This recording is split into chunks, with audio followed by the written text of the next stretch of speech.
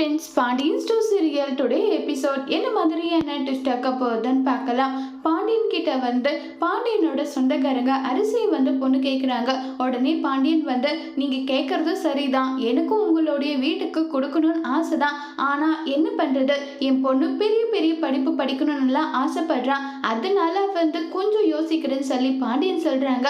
உடனே பாண்டியனோட சொந்தக்காரங்க அவங்க மாமா வந்து இல்லை, இந்த காலத்தில் வந்து யாரையுமே நம்ப முடியாது, பொண்ணுங்களெல்லாம் வச்சிட்டு இருக்கிறது எந்த அளவுக்கு பெரிய மனசு கஷ்டம் தெரியுமா, நல்லா பேசுறாங்க, நீங்க சொல்றது வாஸ்தவம் தான். இந்த காலத்துல பொண்ணுங்க எல்லாமே எப்படி இருக்காங்க எப்படின்றது எதுவும் தெரியாதுதான். ஆனா என்னுடைய பொண்ணு ரொம்பவே சொத்து தங்கும், அவள எந்த தப்பும் பண்ண மாட்டான்னு சொல்லி பாண்டியன் ரொம்பவே நம்பிக்கையா அரசு கிட்ட பேசிக்கிட்டு இருக்காங்க. அடுத்ததான் நம்ம சரணன் வந்து 1/2 மணி நேரத்துல வேலை முடியும்னாங்க. 3 மணி நேரம் ஆகுதுன்னு இன்னமும் வரல.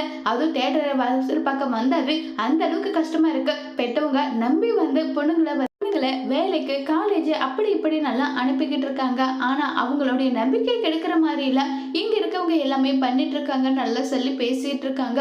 இதை கேட்டு ரொம்பவே ஃபீல் பண்றாங்க, ரொம்பவே வருத்தப்பட்டுட்டும் இருக்காங்க. இதை நினைச்சு ரொம்பவே ஃபீலிங்ல இருக்கும்போது உடனே குமார் நின்றுட்டு இருக்கிறத பார்த்தது, அண்ணன் என் வீட்டு பக்கத்துல ஒரு தருதல பொறுக்கி ஒருத்தர் இருக்கானே, அவனை வந்து யாரோ ஒரு பொண்ணு லவ் பண்ணது போல, என்னப்பா இது, இந்த காலத்துல யார் எப்படின்னு கூட தெரியாதா நல்லா பேசுறாங்க, யாருக்கு தெரியும் யாரை லவ் பண்றாங்களோன்னு பேசிட்டு இருக்கும்போது சரவணன் பேசிட்டு இருக்காங்க.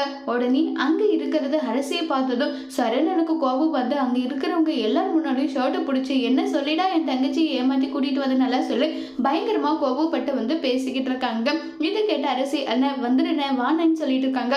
எதுக்காக இப்படி பண்ண, அப்பா உன்னை நம்பித்தானே காலேஜுக்கு அனுப்புனாங்க, நாங்க எல்லாருமே ஊர்ல இருக்க எல்லார்கிட்டையும் யார் என்ன தப்பு பண்ணாலும் என் தங்கச்சி எல்லாம் அப்படி கிடையாது, அவளை பற்றி எனக்கு தெரியும், அப்படி இப்படி நல்லா சொல்லி பேசிக்கிட்டு இருக்காங்க.